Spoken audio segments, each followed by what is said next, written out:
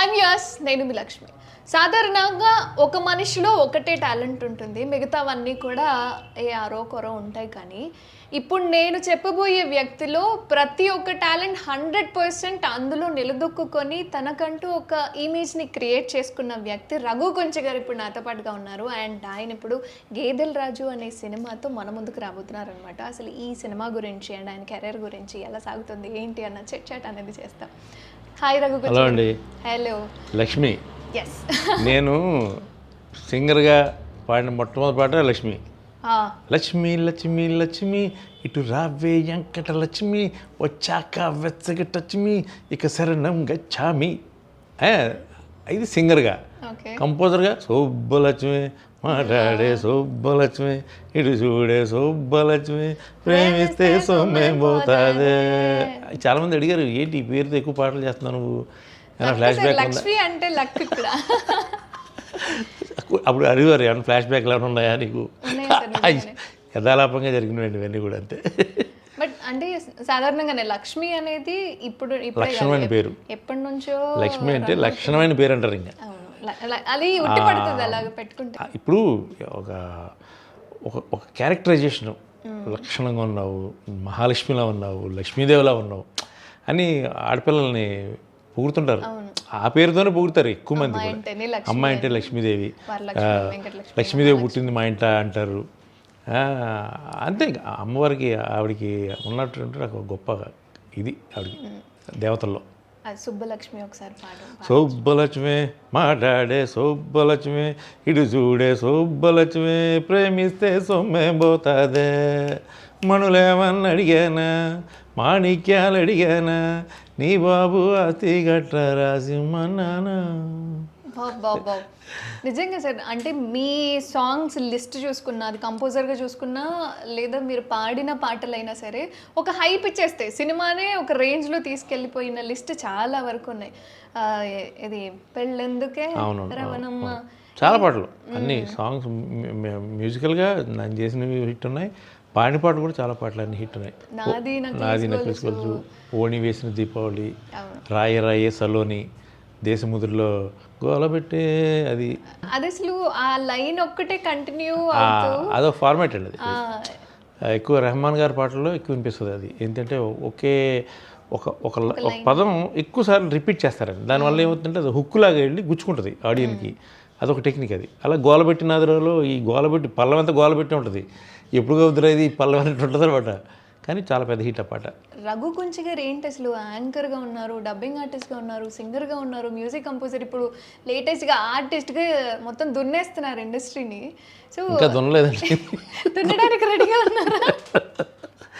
ఇంకా దున్నేంత అదృష్టం కలగలేదు. ఇంకా విలన్ రోల్స్లో ఇప్పుడు లిస్ట్లో మీరు కూడా యాడ్ అయిపోయారు సార్. పలాసే ఏంటి? మంచిదే కదండి, ఎందుకంటే సేఫెస్ట్ జానర్. అంటే ఒక సినిమా హిట్ ఫ్లాప్ అనేది హీరోకి ఉండేంత బర్డెన్ మిగతా క్యారెక్టర్స్ ఉండదు, విలన్కి వీళ్ళకి ఉండదు.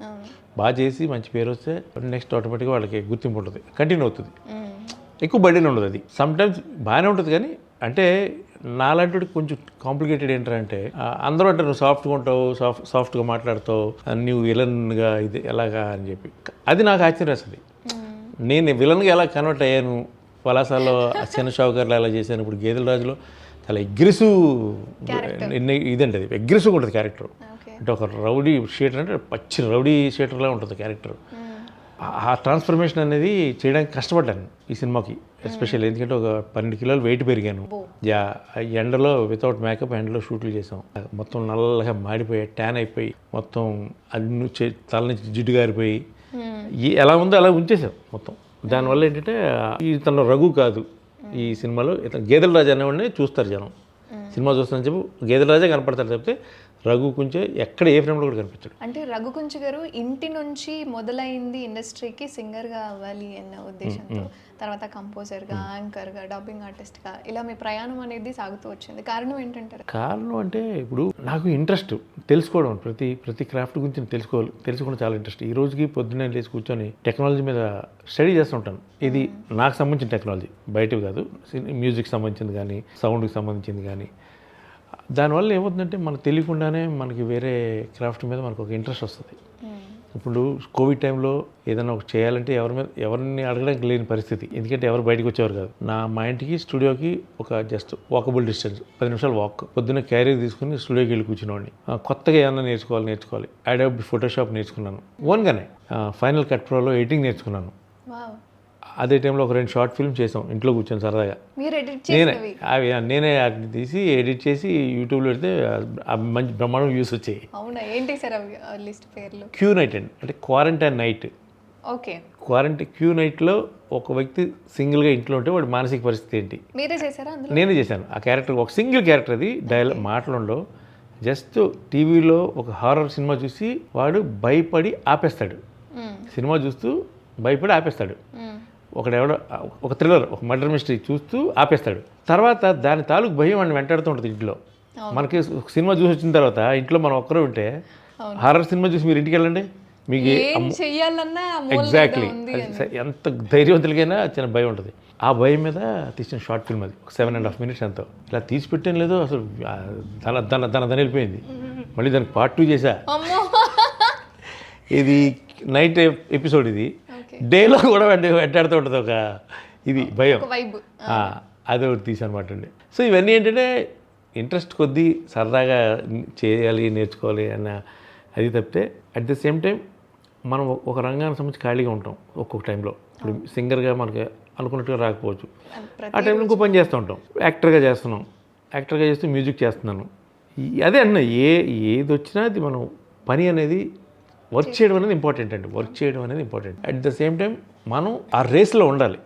ఇప్పుడు ఇది ఒక సినిమా ఇండస్ట్రీ అనేది ఒక ప్లే గ్రౌండ్ అనుకుందాం. అందులో చాలామంది పరిగెత్తుతూ ఉంటారు, రన్నింగ్ చేస్తూ ఉంటారు. అందులో ఒకళ్ళు ముందు వరుసలో ఉంటారు, ఒకళ్ళు 2వ వరుసలో ఉంటారు. ఆ గ్రౌండ్లో ఆ జనం మధ్యలో మనం ఉన్నాం లేదనేది అది ఇంపార్టెంట్. గ్రౌండ్ బయటకు వచ్చేసి ఇంకా అయిపోయింది లైఫ్, కథం అయిపోయింది. ఇప్పుడు ఒక పని చేస్తున్నాము అంటే దాని మీద 100% మన ఎఫర్ట్ అనేది ఉంటుంది. బట్ ఆ పని లేదు కదా అనో, లేదా మన టైంని ఫిల్ చేసుకోవడానికో వేరే వర్క్ చేస్తున్నాం అనుకోండి, రెండు సమ్టైమ్స్ క్లాషెస్ అవుతూ ఉంటాయి. ఒకదాన్ని వదిలేయాల్సిన సిచ్యువేషన్స్ వస్తూ ఉంటాయి. అట్లా ఎప్పుడైనా ఫేస్ చేశారా? ఎందుకు ఇప్పుడు టైం మేనేజ్మెంట్ అంటారు. టైం మేనేజ్మెంట్ అది చాలా ఇంపార్టెంట్ మనిషికి. మనం దీనికి ఎంత సమయం ఇవ్వాలి, దీనికి దానికి క్లాష్ రాకుండా ఎలా చూసుకోవాలి. చిన్న ఎగ్జాంపుల్ చెప్తాను మీకు. నాకు షూటింగ్కి వెళ్ళినప్పుడు నా ల్యాప్టాప్ అన్ని నేను తీసుకెళ్ళిపోతాను. క్యారవాన్ ఇస్తారు అలాగే, మనం ఇప్పుడు క్యారవాన్లు ఇస్తున్నారు కాబట్టి క్యారవాన్లో కూర్చుంటాం. షార్ట్కి మధ్యలో బోల్డ్ గ్యాప్ ఉంటుంది. సమ్టైమ్స్ పొద్దున్నప్పుడు షార్ట్ తీస్తారు, మళ్ళీ ఇప్పుడు ఈవినింగ్ తీస్తారు. ఈ డే అంతా ఖాళీ ఉంటుంది. ఈ డే అంతా మనం ప్రొడక్షన్ వాళ్ళు పెట్టిన ఫుడ్ తినేసి పడుకోవడం కన్నా, అంటే నా ఆలోచన వేద్దాం, ఆ గ్యాప్లో నేను ఏం చేస్తానంటే నా మ్యూజిక్ సంబంధించి ఏదో వర్క్ చేసుకుంటాను నేను. దానివల్ల ఏమవుతుంది, నాకు వర్క్ ప్రెషర్ తగ్గుద్ది. అంటే లోడ్ అనేది ఇప్పుడు 100% వర్క్ చేయాలనుకున్నప్పుడు నాకు ఈ గ్యాప్లో ఒక 40% లాగేస్తే ఆ 60% నాకు ఈజీగా అయిపోతుంది.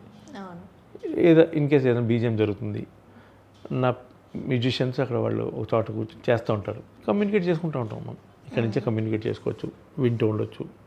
కష్టమేం కాదు, టైం మేనేజ్మెంట్ అంతే, సింపుల్ లాజిక్ అంతే. అండ్ నార్మల్గా ఇండస్ట్రీలోకి రావడం, ఇందులో నిలదొక్కుకోవడం అనేది చాలా కష్టం. మీరు కూడా చాలా స్ట్రగుల్ పడి ఇప్పుడు ఈ పొజిషన్లో ఉన్నారు. మీకు బాగా సపోర్ట్ని ఇచ్చింది ఎవరు ఇండస్ట్రీ నుంచి? అంటే నాకు టెలివిజన్ రంగంలో జీకే మోహన్, జెమినీ కిరణ్ గారు, వీళ్ళిద్దరు టెలివిజన్లో. ఎందుకంటే ఒక యాంకర్గా నాకు మంచి స్థానం ఇచ్చారు వాళ్ళు జెమినీ టీవీలో. ఎస్ అంత పెద్ద అంటే ఇంకా ఆల్మోస్ట్ నన్ను జెమినీ టీవీ ఎండి అనుకున్నారు, బయట నేనే ఎండి అనుకున్నారు. అంత గొప్ప గౌరవాన్ని ఇచ్చింది నాకు ఆ ఛానల్. దాని తర్వాత ఈటీవీ, మా టీవీ, వీటన్నిటిలో కూడా నేను ప్రోగ్రామ్ చేశాను. సో ఈ టెలివిజన్ వరకు కారణం వాళ్ళే. సినిమా ఇండస్ట్రీకి వచ్చినప్పుడు నాకు అవుట్ అండ్ అవుట్ నాకు God father puri Jagannadh.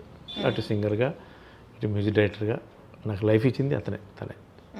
So వీళ్ళే నాకు బ్యాకింగ్ అని చెప్పుకోవచ్చు సినిమా ఇండస్ట్రీలో. అండ్ ఆర్టిస్ట్గా మిమ్మల్ని గుర్తించి మీకు ఒక క్యారెక్టర్ ఇవ్వాలి అన్న ఆలోచన మీరు నేను చేయగలను అని అనుకున్నారా, లేదా డైరెక్టర్ పుష్ చేయడం వల్ల మీ ఆర్టిజం అనేది బయటకు వచ్చిందా? ఇప్పుడు నేను పలాసాకు ముందు చాలా సినిమాల్లో సరదాగా చిన్న కొన్ని చేశాను, సరదాగా చేసినవి, అవి పెద్ద క్యారెక్టర్స్ కాదు. అందులో 90% యాంకర్ క్యారెక్టర్లు అవి.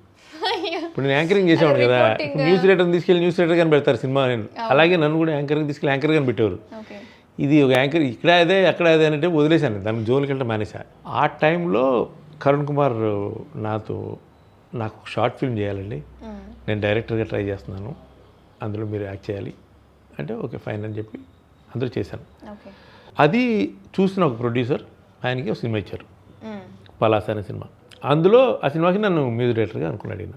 అనుకున్న తర్వాత ఈ నేను చేసిన చిన్న షావుకారు అనే క్యారెక్టర్ ఎవరో వేరే ఆర్టిస్ట్ చేయాల్సి వస్తే ఆయన మిస్ అవ్వడం వల్ల మీరు చేసేయండి సార్ అంటే నేను చేశాను. అది ఆ క్యారెక్టర్ డిజైనింగ్ అంతా వాళ్ళే చేసుకున్నారు. మొత్తం 4 షేడ్స్ ఉంటాయి, 4 షేడ్స్ డ్రెస్సింగ్ అంతా ఎవ్రీథింగ్ చేసుకున్నారు. ఆ క్యారెక్టర్ పాస్ అయింది. పాస్ అవడంతో మళ్ళీ నన్ను ఆర్టిస్ట్గా రికగ్నైజ్ చేయడం మొదలెట్టారు. పెద్ద పెద్ద వాళ్ళు కాంప్లిమెంట్ ఇచ్చారు ఆ క్యారెక్టర్. కృష్ణవంశీ గారు లాంటి పెద్ద పెద్ద డైరెక్టర్స్ కూడా చాలా మెచ్చుకుని ఫేస్బుక్లో నా మీద పోస్ట్ పెట్టాడు ఆయన ఆ సినిమా చూసి. సో అక్కడి నుంచి మళ్ళీ ఇది కూడా ఇప్పుడు ఆర్టిస్ట్ అవుతుంది, మ్యూజిక్ 2 అవుతున్నాయి. ఇప్పుడు గేదెల రాజు సినిమాలో మీరు లైక్ ఫస్ట్ మ్యూజిక్ కి ఎంటర్ అయ్యారు, తర్వాత ఆర్టిస్ట్ గా క్యారెక్టర్ మీరు యాక్సెప్ట్ చేశారు కదా. సో క్యారెక్టర్ ని బట్టి చేశారా లేదా ఆయన పడుతున్న కష్టం చూసి యాక్సెప్ట్ చేశారా? ఎలా వచ్చింది సార్ ఈ ఆపర్చునిటీ? ఫస్ట్ అతని కష్టాన్ని గమనించి మ్యూజిక్ చేయడానికి ఒప్పుకున్నాను. అంటే బడ్జెట్లో నేను ఎందుకంటే నేను అంటే మ్యూజిక్ చాలా మంది నాకు వస్తాయి, సినిమాలు వస్తుంటాయి, కానీ వర్కౌట్ అవ్వట్లేదు నాకు. చాలా సినిమాలు చేయాలంటే చేయొచ్చు, సంఖ్యాపరంగా మనం దెబ్బ ఏది పడితే అది ఒప్పుకొని చేసేయచ్చు, అలాంటి బోల్డ్ వచ్చాయి నాకు. కానీ ప్రాబ్లం ఏంటంటే అక్కడ రెమ్యునరేషన్ ప్రాపర్గా ఉండట్లేదు. పోనీ సినిమా ప్రాపర్గా బయటికి వెళ్తుందంటే అది జరగట్లేదు. కొన్నిసార్లు ఆగిపోతున్నాయి పాటలు కూడా. పోనీ ఓకే సినిమా వాళ్ళ కష్టాలు వదిలిపెట్టాడు, పాటలు కూడా ప్రాపర్గా బయటికి వెళ్ళట్లా, అదొక పెయిన్ ఉంది నాకు. అలాంటి టైంలో ఎందుకు అలాంటివి చేసి టైం వేస్ట్ చేయడం? మనం ఫైనాన్షియల్గా అది ఏమన్నా వర్కౌట్ అవుతుందంటే పెద్ద వర్కౌట్ అవ్వట్లేదు. అలా అనుకుంటున్న టైంలో ఇది కూడా సేమ్ అలాగే మొదలైంది, బాధలతో మొత్తం ఎగ్జాక్ట్లీ. సరే కానీ ఎక్కడో అది నిజాయితీ, జెన్యూనిటీ కనిపించింది. ఓకే చేద్దాం, కథ బాగుంది, కథ బ్రీఫ్గా నన్ను ఫుల్ ఫ్లెజ్డ్గా వెళ్ళా, బట్ అవుట్లైన్ నచ్చింది చాలా. అయిన తర్వాత ఇంకొక అరగంట తర్వాత మెల్లిగా ఈ సౌండ్ వచ్చింది, అన్నయ్య ఇది కొంచెం యాక్టర్గా అని మొదలెట్టాడు. సరే ఓకే టైటిల్ రోలు సినిమాలో మెయిన్ రోలు, మెయిన్ లీడ్ డిఫరెంట్గా ఉంది క్యారెక్టర్ అని ఇంకా అది ఒప్పుకున్నాను అనమాట. ఒప్పుకున్నాక ఇంకా ఫుల్ వర్కౌట్ చేసాం. అంటే వన్స్ ఒప్పుకున్న తర్వాత ఇంకా మనం ఇంకా సాయంత్రం ఒప్పుకున్న పెళ్ళికి వాయించే తప్పదన్నట్టుగా అలా కాకుండా ఆనెస్ట్గా దీనికి నేను వర్క్ చేశాను చాలా సిన్సియర్గా. తర్వాత మళ్ళీ దీంట్లో వన్ ఆఫ్ ద పార్ట్నర్షిప్ కూడా చేరాను, అది కూడా చేశాను. రఘు కుంచె ప్రెజెంట్స్ అని ఉంటుంది సినిమా మొత్తం మీకు. సో ఫస్ట్ టైం ప్రొడ్యూసర్గా లేదు, ఇంతకుముందు 47 Days అని ఒకటి చేసామండి, సత్యదేవ్ గారితో ఒకటి చేసాం, ఒక 4 ఫ్రెండ్స్ కలిసి చేసాం అన్నమాట. ఇది సెకండ్ ప్రొడక్షన్ ప్రొడ్యూసర్గా కాంబినేషన్లో. అంటే ఆ సినిమాకి అది కోవిడ్ ముందు వచ్చింది ఎగ్జాక్ట్లీ ఆ ఫిలిం. అండ్ ఆ సినిమాకి వర్కౌట్ అయ్యింది కాబట్టి ఈ సినిమాలో ఇన్వాల్వ్ అయ్యారా, లేక హెల్ప్ చేద్దాము అన్న ఉద్దేశంతోనా, లేదా క్యారెక్టర్ మీది హై ఉంది అన్న ఉద్దేశంతోనా? అదొక ఆలోచన ఉంటుంది. ఇది కూడా ఏంటంటే డెఫినెట్గా వర్కౌట్ అవుతుంది, ప్రాజెక్టు అయ్యే ప్రాజెక్ట్ ఇది. మనం పెట్టి మనం ఏమి చేతులు కాల్చుకోవాల్సిన పని ఏం లేదు అని ఒక నమ్మకం వచ్చాక నేను డెసిషన్ తీసుకున్నాను. ఎందుకంటే మనీతో కదా మనకి ఏదైనా కానీ. ఎవరైనా ఇప్పుడు మేము సినిమా తీసిన తర్వాత చూస్తున్నాం కదా, ఎంతోమంది వస్తారు చూసేవారు బిగినింగ్లో. ఎవరికి వాళ్ళు ఏంటంటే ఎలా ఉంటుందంటే యాటిట్యూడ్, ఎదుటి వాళ్ళ రూపాయి మీద రూపాయి సంపాదించాలన్న ఆలోచన తప్పితే వీళ్ళు ఒక రూపాయి పెడితే సినిమాకి హెల్ప్ అవుద్ది అనే ఆలోచన చాలా తక్కువ మందికి ఉంటుంది. కానీ అదృష్టవశాత్తు ఒక మంచి వాళ్ళ చేతిలో పడింది ఈ సినిమా. మైత్రి లాంటి ఒక గొప్ప సంస్థ ఈ సినిమాని నైజాంలో రిలీజ్ చేస్తుంది. ఆ తర్వాత ఆటోమేటిక్గా అటు సీడెడ్ కానీ, ఆంధ్ర కానీ, ఓవర్సీస్ కానీ అన్నీ కూడా మంచి మంచి డిస్ట్రిబ్యూటర్స్ వచ్చారు రిలీజ్ చేయడానికి. ఒక చిన్న సినిమా అని మొదలైంది ఇది. ఈరోజు 260 థియేటర్స్లో విడుదలవుతుంది సినిమా మొత్తం, ఏపీ, తెలంగాణ, అమెరికాలో కలిపి. అంటే ఒక biggest grand release for small movie. Super. అది రఘు కుంచె గారి ఇన్వాల్వ్మెంట్ ఉండడం వల్ల ఇదంతా సాధ్యమైందంటే? అలా ఏం లేదండి, మేము ఫస్ట్ నుంచి ఒక బ్యాలెన్స్డ్గా దీన్ని ప్రమోట్ చేసుకుంటూ వచ్చాం. అంటే మాకున్న పరిమితులతో, మాకున్న అవకాశాలతో వాళ్ళని వెళ్ళి బతిమారుకుని అలా చేసుకుంటూ వచ్చాం. ఈవెన్ మీడియా ఆల్సో చాలా, అంటే ఎప్పటి నుంచో నాకు అందరూ తెలిసిన వాళ్ళే, మీడియాలో అందరూ తెలిసిన వాళ్ళే, బ్రదర్ లాగా ట్రీట్ చేస్తారు, అందరూ భయ్య అంటారు. ఇది అట్ ద సేమ్ టైం అందరితో బాగానే ఉంటాం కాబట్టి, భూమి అనేది ఒకటి ఉందనేది తెలుసుకొని బతుకుతాం కాబట్టి అది చాలా ఉపయోగపడింది. అందరూ చాలా మనస్ఫూర్తిగా దీన్ని ప్రోత్సహించారు. ఎప్పటికీ ఆ ప్రోత్సాహాన్ని, అంటే నాకు ఎంత సహాయం హెల్ప్ చేసినా నేను మర్చిపోను, దానికి గుండెలో పెట్టుకుంటాను, దాని రుణం తీసుకుంటాను ఎప్పటికైనా. కానీ సార్ అసలు ఈ న్యాచురాలిటీ ఎక్కడి నుంచి వచ్చింది సార్ అసలు? అంటే మీలో ఇంత టాలెంట్ ఉన్నా అన్నీ మీరు అంటే సునాయాసంగా అన్నీ వర్క్ చేసుకుంటూ వెళ్ళిపోతూ ఉంటారు. బట్ ఎక్కడికి వెళ్ళినా, ఎవరితో మాట్లాడినా ఆ హోదాతనం చూపించకుండా న్యాచురల్గా జనరల్గా ఉండిపోతూ ఉంటారు కదా. ఈ న్యాచురాలిటీ ఎక్కడి నుంచి వచ్చింది అసలు? మనకి పెరిగిన వాతావరణం, తర్వాత మనం మన ఫ్రెండ్స్ కొంతమంది ఉంటారు జనరల్గా, అంటే వాళ్ళని చూస్తే మనకి ఇన్స్పిరేషన్ వస్తుంది ఆటోమేటిక్గా. అలాగే కొంతమంది మనం అభిమానించే హీరోలు ఉంటారు కొంతమంది, ఏ రంగంలో అయినా సరే, వాళ్ళని చూస్తే మనకు అర్థమైపోద్ది. ఇప్పుడు చిరంజీవి గారు అంటే చాలా ఇష్టం నాకు. చూస్తుంటాను ఆయన ఎంత సింపుల్గా ఉంటారు, ఆయన సింపుల్గా ఉంటారు. ఎవరు వచ్చినా పేరు పెట్టి పిలుస్తారు ఆయన. అంటే ఒక 2 ఏళ్ల క్రితం పరిచయం మనిషిని కూడా ఆయన పేరు పెట్టి పిలుస్తారు, ఆయన అంత గుర్తు పెట్టుకుంటారు ఆయన. చూడండి, చాలామంది టాప్ వాళ్ళని చూస్తుంటారు. రజనీకాంత్ గారు చూసుకోండి, క్రికెట్లో సచిన్ టెండూల్కర్ గారు చూసుకోండి, చాలా సింపుల్గా ఉంటారు వీళ్ళందరూ, చాలా సింపుల్గా ఉంటారు. అది సింపుల్ సిటీని ఒక మన భూమి మీద ఉండి నిలబడి మాట్లాడడాన్ని ప్రజలు, ప్రేక్షకులు ఎవ్రీథింగ్ అబ్జర్వ్ చేస్తుంటారు మనల్ని. మన మాట, మన నడక, మన నించునే విధానం ఎవ్రీథింగ్ రికార్డ్ అవుతుంటుంది అక్కడ. ఆ సెన్స్ ఉంటే చాలు. ఆ భయం కనుక మనకు ఉంది అంటే మనం ఎప్పుడు మామూలుగానే ఉంటాం. భయం పోయి బడాయి వస్తే చూస్తుంటాం మనం. అంటే కొన్నిసార్లు ఇప్పుడున్న జనరేషన్లో మనం ఎలా ఉంటున్నామో, మన అపీరియన్స్ ఏంటి, మన మాట తీరేంటి, దీన్ని బట్టి పీపుల్ని గెస్ చేయడం స్టార్ట్ చేశారు. ఎగ్జాక్ట్లీ, జనరల్ అదే ఉంది. మరి మీరున్న ఈ న్యాచురాలిటీకి కాస్త మోసపోవడం కానీ, లేదా ఎదుటి వాళ్ళ దగ్గర ఏదైనా ప్రాజెక్ట్ తీసుకొని అది వెనక్కి తగ్గడం కానీ, ఇట్లా ఏమైనా ఫేస్ చేశారా? మోసపోవడం అవ్వలేదు కానీ దెబ్బతిన్నానంటే నమ్మి, కొంతమందిని నమ్ముతాం కదా, నమ్మి దెబ్బతిన్నా. అంటే ఇప్పుడు నేను ఒకరికి మనస్ఫూర్తిగా నేను హెల్ప్ చేస్తూ, మనస్ఫూర్తిగా నేను వాళ్ళకి ఒక ప్లాట్ఫామ్ క్రియేట్ చేసినప్పుడు, నాకు అవసరం వచ్చినప్పుడు, లేదా నన్ను కనీసం ఇప్పుడు చిన్న ఆశ ఉంటుంది కదా మనిషికి, ఈ వ్యక్తి మళ్ళీ మనతో ఉంటారు అనే ఒక నమ్మకం ఉంటుంది కదా. ఆ నమ్మకం చాలామంది పోగొట్టారు. చాలామంది అంటే it's like use and throw batch చాలామంది ఉన్నారు నా జీవితంలో. ప్రపంచం ఇది అంతే, ఈరోజు రేపు కాదు, రేపు ఎల్లుండి కాదు, ఎల్లుండి నిన్న కాదు, గో విత్ ద ఫ్లో జరుగుతూ ఉంటుంది అంతే. ఎవరిని ఆపలేరు, ఎవరిని మొయ్యలేరు. ఎవరి లైఫ్ వాళ్ళది, ఎవరి కష్టం వాళ్ళది, ఎవరి ఫలితం వాళ్ళది, అంతే. ఇక్కడ అంతే సింపుల్. బట్ ఇవన్నీ ఏంటంటే వచ్చి మధ్యలో ఏదో అంటారు సరే, రోడ్లో వెళ్తుంటే మనకు ముళ్ళు గుచ్చుకుంటాయి, గుచ్చుకుంటే ఏం చేస్తాం, తీసి పడేస్తాం పక్కన, అంతే. అవి కూడా కొంతవరకు మంచిదేనేమో, ఎక్స్పీరియన్సెస్ వస్తాయి. రెండోసారి అదే వేలో అడుగు పట్టుకుంటూ ఉంటాం, ఉండలేము. అదే ఇప్పుడు మన మెంటాలిటీ ఏంటంటే అలా ఉండే మనిషిని కాదు, పర్లేదు అంతే. మళ్ళీ నమ్ముతుంటాం. నమ్మడం అనేది అది ఒక ఇది అయిపోయింది, అంతే సింపుల్. దట్స్ ఓకే అండి. ఇప్పుడు ఇక్కడ కర్మ రిటర్న్స్ అని ఉంటుంది, కర్మ సిద్ధాంతం. ఒక సామెత ఉంటుంది, ఎవరో అంటారు పెద్ద, ఈ జన్మలో చేసిన పాపాలకి ఈ జన్మలోనే పనిష్మెంట్ ఉంటుందట. చూస్తుంటాం ఇవన్నీ కూడా, చూస్తూ ఉంటాం ఎప్పుడు. వస్తుంది. ఇప్పుడు మీరు ఇన్స్పిరేషన్గా చెప్పిన చిరంజీవి గారే, ఆయన మీ పాటకి సంబంధించి మిమ్మల్ని పిలిపించి అడగడం కానీ, మృగరాజు సినిమా టైంలో మీరు కలిసి భోజనం చేశారు అని చెప్పడం కానీ, ఆయనతో ఉన్న బాండ్ కానీ, లేదా ఆయన్ని ఇలా వర్ణించాలి అంటే ఎలా చెప్తారు? అదృష్టం అండి, అంతే. ఎందుకంటే నేను ఇంద్ర అనే super duper hit cinema 175 days function విజయవాడలో జరిగింది. ఆ ప్రోగ్రామ్ నేను యాంకర్ని. ఆ మధ్య కూడా క్లిప్ వచ్చింది బయటికి. 12 లక్షల మంది వచ్చారు ఆ రోజు. యాక్చువల్గా స్టేజ్ మీదకి మెగాస్టార్ చిరంజీవి గారు 2 o'clock రావాలి స్టేజ్ మీదకి. 2 కాదు 4 o'clock రావాలి ఆయన. మధ్యాహ్నం 2కి స్టార్ట్ అయింది ఆ ప్రోగ్రామ్. 2 to 4 అన్నీ మేనేజ్ చేసాం, అంతా జరుగుతూ ఉంది. 4 o'clock రావాల్సిన చిరంజీవి గారు అక్కడ ఆడియన్స్లో ఇరుక్కుపోయారు, ఆయన ట్రాఫిక్లో ఇరుక్కుపోయారు. మొత్తం రోడ్లన్నీ మూసుకుపోయాయి. వాళ్ళు అక్కడికి రావడానికి 6:30 పట్టింది టైము. ఈ 2.5 hours స్టేజ్ మీద ఏం మేనేజ్ చేసాం అనేది భగవంతుడికి తెలియాలి. ఎందుకంటే ఒక పక్క అక్కడ మణిశర్మ గారి మ్యూజికల్ ప్రోగ్రామ్ కూడా ఉంది. దాంతో టైం ఫిల్ చేద్దామంటే ఆయన వచ్చాకే మేము చేస్తామన్నారు. ఏదో సోది చెప్పి ఆ రోజు తర్వాత మన అదృష్టవస్తు పరశుడు గోపాలకృష్ణ గారు ఉన్నారు అక్కడ. గురుగారి దగ్గర దండం పెట్టి మీరే ఏదని చెప్పండి గురుగారు, ఇట్లా 2.5 గంటలు సరిపెట్టి ఉందండి. ఆ తర్వాత ఆయన స్టేజ్ మీదకి వచ్చినప్పుడు ఆ 12 లక్షల మంది ఒకేసారి హోరెత్తితే ఒక సముద్రపు హోరు కూడా దాని ముందు దిగదుడు అనమాట అండి. అలాంటి వ్యక్తి పక్కన మనం నించున్నాం, ఆయనతో కలిసి భోజనం చేసాం. ఆయన సినిమాలో ఆయన పాట పాడే అవకాశం వచ్చింది నాకు. ఎప్పుడు కనిపించిన రఘు ఎలా ఉన్నావు ఆప్యాయంగా పలకరిస్తారు, పక్కన కూర్చోబెట్టుకుంటారు. అది అదృష్టం అంతే. అలాంటి గొప్ప వ్యక్తులను చూసి మనం చాలా ఇన్స్పైర్ అవుతుంటాం అండి. అంతే అందరినీ కలవలేం. నాకు ఎందుకు ఇంతమంది ఇండస్ట్రీలో చాలామంది స్టార్స్ని కలవలేకపోయాను. ఇప్పటివరకు కలవలేదు చాలామందిని, మీరు నమ్మరు. ఇప్పటివరకు చాలామంది, కొంతమందిని అయితే కలవలేదు నేను.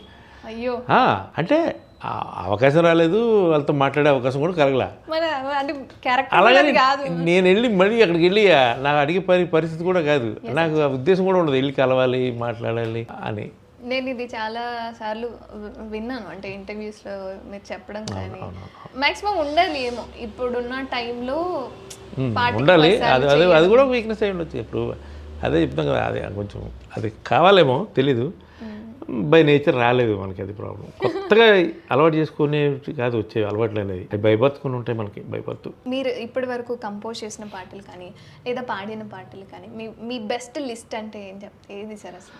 చాలా ఉన్నాయండి, ఒకటి నుంచి కానీ ఒక 10-15 పాటలు ఉంటాయి, మంచి మంచి పాటలు అంటే కూడా మొత్తం. అంటే చాలామందికి ఆ పాటలు నేను పాడినట్టు తెలీదు, అదొకటి ఉంది. అంటే అప్పుడు సోషల్ మీడియా ఎంత ఇది 2000 ఆ టైంలో అంటే సోషల్ మీడియా లేదు, zero total social media. First ఏదో ఫేస్బుక్ వచ్చింది తప్పితే ఈ రీల్స్ అని ఈ టిక్టాక్లు అని ఇవన్నీ చాలా లేట్గా వచ్చాయి. ఇవన్నీ ఎప్పుడు వచ్చాయి? ఇప్పుడు అంత అంతే 2010 తర్వాత వచ్చాయి. అంత గొప్ప పెద్ద హిట్ అయిన రవణమ్మ పాట ఇప్పుడు వచ్చి ఉంటే అది ఇంకా పెద్ద స్టేజ్ చూసేది. అది ఈ రోజుకి ఆ పాట ఇంకా బతికుంది. అది వింటేనే ఒక వైబ్ సార్. అసలు పెళ్ళి ఎందుకు అంటే ఆ సిచ్యువేషన్ కూడా ఇప్పుడు అలాంటిది కదా, రెసిషన్ టైంలో చేసిన పాట అది. ఇప్పటికీ చాలా మంది ఇప్పటికీ ఆ బాధలు ఉన్నాయి, ఇప్పటికీ అందరికీ ఆ బాధలు ఉన్నాయి, చూస్తున్నాం కదా. రీసెంట్గా ఓరకిల్లో 30,000 మందిని తెల్లవారుజామున ఒక మెయిల్తో లేపేశారు ఓరకిల్లో. సో అలాంటివి జరుగుతూనే ఉన్నాయి ఇక్కడ. ఒక 2-3 పాటలు మా కోసం. 2-3 పాటలా మీ లిస్ట్లో కాదు అంటే వాయిస్ ఇందాక ఒక్కప్పుడు తిన్నప్పుడు లోపలికి వెళ్ళిపోయింది, అందుకే ఇబ్బందిగా ఉందన్నమాట. ఒకటి పాట. పబ్బుల్లో క్రౌడు లేదు, ఫేసులో నవ్వు లేదు, దర్జా బతుకు లేదు, పిజ్జా బర్గర్లు లేవు, చెప్పుకుంటే సిగ్గు చెట్టు, చెప్పకపోతే గుండె పొట్టు, చూసి చాలా రోజులైంది యగాదిగా పచ్చనోటు, ఎందుకే రవణమ్మ పెళ్ళెందుకే రవణమ్మ, తాను దురసందు లేదు, తాను దురసందు లేదు, తాను దురసందు లేదు, మెడకేమో డోలా, రవణమ్మ సతాయించకే రవణమ్మ. బాబా ఆ వైబ్ ఉంటుంది సార్ మీ వాయిస్లో పాడినప్పుడు. కానీ ఆ నాది నకిలీస్ గొలిసేది ఇంకా ఆ పాట ఆల్రెడీ ఉన్నా అది రావడము, ఆ మ్యూజిక్ కానీ అదరగొట్టేశారు ఆ సాంగ్ అయితే. నీ బావగారు వచ్చేటి వేళ, నీకు బంతి పూలు తెచ్చేటి వేళ, నీ బావగారు వచ్చేటి వేళ, నీకు బంతి పూలు తెచ్చేటి వేళ, నాది నాది నాది నకిలిసు గొలుసు, నీ పక్కన పడ్డాది లేదు చూడల పిల్ల, నాది నకిలిసు గొలుసు. ఇంకా నేను చెప్తూ ఉంటే పాడుకుంటూనే ఉంటాను. ఫైనలీ గేదెల రాజు ఈ 24వ తారీఖు విడుదల అవుతుంది. మీ క్యారెక్టర్ని చూస్తే మీ పక్కనున్న వాళ్ళకైనా మీ మీద అసహ్యం వచ్చి చాచి కొట్టాలనిపిస్తుంది. ఒకటే నాకెందుకు నేనే నన్ను కొట్టుకోవాలనిపించింది, అంత దారుణంగా ఉంటుంది పాత్ర. అంటే ఇప్పటి వరకు విలన్ క్యారెక్టర్ అలా రాలేదు. అంటే ఇంకా వాడు వచ్చి దుర్మార్గుడి క్యారెక్టర్. అంటే కొన్ని వాడి బలహీనతలు అనమాట, బలహీనత అది. వాడికి ఉన్న బలహీనతలో వాడు బిహేవ్ చేసే విధానం చాలా ఘోరంగా ఉంటుంది సినిమాలో. నాకు మా ఇంట్లోతో కలిసి చూడాలని లేదు ఆ సినిమా, వాళ్ళు సెపరేట్గా వెళ్ళండి నేను సెపరేట్గా చూస్తాను అన్నట్టు అది పరిస్థితిలో ఉంది ఆ సినిమా. అంటే మరి ఈ సినిమా తర్వాత మీ క్యారెక్టర్ ఇంపాక్ట్ కానీ లేదా మీకు వచ్చే రోల్స్ కానీ దాని గురించి ఆలోచించే తప్పే ఉంది. ఇప్పుడు దురంధర్ సినిమా చూసారు మీరు, దురంధర్లో హీరో కన్నా అక్షయ్ ఖన్నాకి ఎక్కువ పేరు వచ్చింది. యానిమల్ సినిమా చూడండి, ఆయనకి డియోల్కి బాబీ డియోల్కి హీరో కన్నా మంచి పేరు వచ్చింది. ఈవేళ రేపు అందరూ విలన్లు ఇష్టపడుతున్నారు ఈ జనరేషన్లో, మంచిదే కదా. ప్లస్ ఇంకోటి సేఫెస్ట్ జోన్, అది సేఫెస్ట్ జోన్. ఎందుకంటే సినిమా బర్డెన్ మొత్తం నెత్తి మీద ఉండదు, సినిమా తాలూకు సక్సెస్ ఫెయిల్యూర్లతో వీళ్ళకి సంబంధం ఉండదు. బట్ మీకు ఇప్పుడు బర్డెన్ ఉంటుందేమో అనిపిస్తుంది. ఈ సినిమాకి నాకు బడ్జెట్ ఉంది, పార్ట్ ఆఫ్ ద మూవీ కాబట్టి. At the same time but నేను బర్డెన్ ఉండదు అని నేను అంటున్నాను, కానీ ఎప్పుడు బర్డెన్ ఫీల్ అవుతాను ఏ సినిమాకైనా సరే. ఈ సినిమా నా వంతు నేను ఏం చేయగలను అనేది ఆలోచిస్తాను. ఎంతో నా వల్ల ప్రొడ్యూసర్కి ఒక 5% అయినా సినిమాకి సంబంధించిన లాభం ఉండాలి, అది నేను ఆలోచిస్తాను గ్యారంటీగా. అండ్ మ్యూజిక్ కూడా మీరే ఇచ్చారు, క్యారెక్టర్ కూడా మీరే ఇన్వాల్వ్ అయ్యారు, సో అది ఖచ్చితంగా ఇంపాక్ట్ అనేది ఉంటుంది. డెఫినెట్గా అండి, మ్యూజిక్ని ఖచ్చితంగా మ్యూజిక్ గురించి మాట్లాడతారు సినిమా చూసిన వాళ్ళు, బీజిఎం గురించి ఖచ్చితంగా మాట్లాడతారు. అంటే ఈ మధ్యకాలంలో బీజిఎం గురించి మాట్లాడడం ఎక్కువైంది. ఇప్పుడు చిన్న పెద్ద రివ్యూ రైటర్స్ దగ్గర చిన్న పెద్దవాళ్ళు అంటే వాళ్ళంతా ఎప్పటి నుంచో అనుభవం ఉన్న వాళ్ళు, సినిమాని కూలంకషంగా వాళ్ళు సహేతుకంగా వాళ్ళు విడదీసి విశ్లేషిస్తారు వీళ్ళంతా. బట్ కొత్తగా ఈ క్రాఫ్ట్లోకి వచ్చిన వాళ్ళు కూడా సినిమాకి సంబంధించిన విభాగాలు అన్నిటి గురించి మాట్లాడుతున్నారు. ఎడిటింగ్ గురించి మాట్లాడుతున్నారు, మ్యూజిక్ గురించి మాట్లాడుతున్నారు, ఆర్ట్ వర్క్ మాట్లాడుతున్నారు, ఫైట్స్ మాట్లాడుతున్నారు, ఎవ్రీథింగ్. సో వాళ్ళు కూడా ఇంప్రెస్ అవుతారని నాకు ఎక్కడ నమ్మకం. ఇంపాక్ట్ పడుతుంది ఖచ్చితంగా సినిమా మీద ఈ అన్ని Definitely. క్రాప్స్ అన్ని. డెఫినెట్గా. అండ్ అండ్ మీరు కుళ్ళిపోయిన చేపల మధ్య అవును. సీన్ చేశారు, ఇబ్బంది పడ్డారు. బికాస్ ఆ చిన్న బడ్జెట్లోనే అందరినీ ఒప్పించి అది పెద్ద పెద్ద లొకేషన్స్ అయినా సరే మీరు హ్యాండిల్ చేయాలి ఆ లొకేషన్స్ అన్నింటినీ కూడా. ఆ లొకేషన్స్ని ఎలా హ్యాండిల్ చేశారు? ఈవెన్ లాంగ్వేజ్ అయినా మీ పర్సనాలిటీ అయినా. తెలిసిన వాళ్ళందరినీ పట్టుకొని బతిమాలుకొని వీళ్ళు అంటే అదంతా డైరెక్టర్ వాళ్ళ ఇదే అంతా కూడా తెచ్చుకోగలిగారు, అన్ని చోట్ల పర్మిషన్లు తెచ్చుకోగలిగారు. అందుకే సినిమా ఏంటంటే కొంచెం ఒక రస్టిక్గా ఉంటుంది సినిమా. లుక్ అంత కల్ట్ ఫిల్మ్ అంటారు కదా, మీకు తమిళ్లోను మలయాళంలో కొన్ని సినిమాలు వస్తుంటాయి, అలాంటి లుక్ ఉంటుంది. ఆ యాక్టర్స్ కూడా అంతా మీకు రెగ్యులర్ ఆర్టిస్ట్లా ఉంటారు వాళ్ళు ఎవరు కూడా అంత మన పక్కనే ఎవరో. ఎగ్జాక్ట్లీ. ఇప్పుడు ఈ గేదెలో కూడా అంతే. ఇప్పుడు మీరు సినిమా చూస్తుంటే మీరు ఎక్కడో స్మాల్ టౌన్ వచ్చి ఉంటే కనుక అవును కదా మా ఊర్లో ఒకడు ఉండేవాడు ఇలాంటి వాడు అనే ఒక భావన వస్తుంది ఆ క్యారెక్టర్. డెఫినెట్గా చెప్తున్నా కదా, నా క్యారెక్టర్ మీద నాకే అసహ్యం ఈ సినిమాలో. మీరు చెప్తుంటేనే నాకు ఇంత నిజంగా ఉంటుంది ఆ క్యారెక్టర్. ఆయన అండ్ ఇంకోటి ఏంటంటే యాక్టర్లు అందరూ కొత్త వాళ్ళు దీంట్లో. అట్లాగే ఫైట్ సీక్వెన్స్లో కూడా కొంతమంది ఈ యాక్టర్స్ లోకల్ వాళ్ళు అవడం వల్ల వాళ్ళ ఫైట్ సీక్వెన్స్లో ఉంటారు వాళ్ళు. పర్టికులర్గా ఆర్టిస్ట్లను తెచ్చింది కదా అది, దాంట్లో ఉన్న వాళ్ళే చేయాలి. రౌడీల వాళ్ళు సినిమాలో వాళ్ళు ఆ రోజు ఏమైంది, ఈ డూప్ కత్తులు తెచ్చారు, ఆ డూప్ కత్తులు బాక్స్ మిస్ అయిపోయింది. అక్కడ మిస్ అయిపోతే అక్కడే అక్కడికి వెళ్ళి అక్కడ ఇళ్లలో అడిగి ఒరిజినల్ కత్తులు పట్టుకొచ్చారు వీళ్ళు. ఇళ్లలో మామూలుగా వాళ్ళు అక్కడ చేపలు ఫిష్ కట్ చేసేది హార్బర్ ఏరియాలో అనమాట తెచ్చారు. దాంతో ఫైటింగ్ సీక్వెన్స్ రాత్రిపూట తెల్లవారులు తీశారు ఫైట్. అది నైట్ ఫైట్. అది ఎవడొచ్చి ఎక్కడ పొడుస్తాడో, ఎవడో రాంగ్ టైంలో ఎక్కడ నరుగుతాడో భయం నాకు. భయపడుతూ చేసేది నిజంగా చెప్పాలంటే. ఎక్కడి నుంచి పడుతుందో తెలియదు కదా. నేను ఇలా కుర్చీలో కూర్చొని ఇలా మందు తాగుతుంటే సీన్లో వెనక నుంచి వచ్చి ఒక నన్ను పొడుస్తాడు అనమాట. పొడితే అది కుర్చీలో నా పక్క నుంచి ఇలా నేను వచ్చేదాన్ని ఇలా పట్టుకొని వాడిని పంచి కొట్టాలి. ఓ పక్క గ్లాస్ కింద పడేయాలి. ఎన్ని ఉన్నాయి అక్కడ మొత్తం 4-5 జాబులు. ఒరిజినల్ కత్తి. లక్కీగా సెట్ అయిపోయింది మొత్తం అంతా. సో దెబ్బలేం తగలకుండా గేదెల రాజు సినిమాని సక్సెస్ఫుల్గా 24th అయితే బయటికి తీసుకొస్తున్నారు. హోల్ ఎక్స్పీరియన్స్ ఏంటి సార్ సినిమా నుంచి? బ్యూటిఫుల్ అండి, బ్యూటిఫుల్. అంటే సినిమా అనడం కన్నా మీరు అన్నట్టుగా ఒక ఎక్స్పీరియన్స్ ఇది మాకు. ఒక సినిమా కింద చూడాల్సిన పని లేదు దీన్ని. ఆ 2 గంటల సేపు కాకినాడలో ఉంటారు చూసి ఆడియన్. ఆ గేదెల రాజు అటు చుట్టుపక్కల తిరిగే పాత్రలు వీళ్ళందరితో రిలేట్ అవుతాడు. ఒక న్యూ వైబ్, ఒక న్యూ ఎక్స్పీరియన్స్ అయితే గ్యారంటీ సినిమా ఇస్తుంది అన్ని రకాలుగా. గేదెల రాజు క్యారెక్టర్ని అసహించుకోవడానికైనా సరే ప్రేక్షకులు చూడాల్సిందే. చూసి సినిమా వరకు అసహించుకోండి, మళ్ళీ బయటకు వచ్చి కాదు. కానీ April 24th గేదెల రాజు సినిమా రిలీజ్ అవుతుంది. సో మీ తరపు నుంచి ప్రేక్షకులందరికీ కూడా ఒక చిన్న వాయిస్.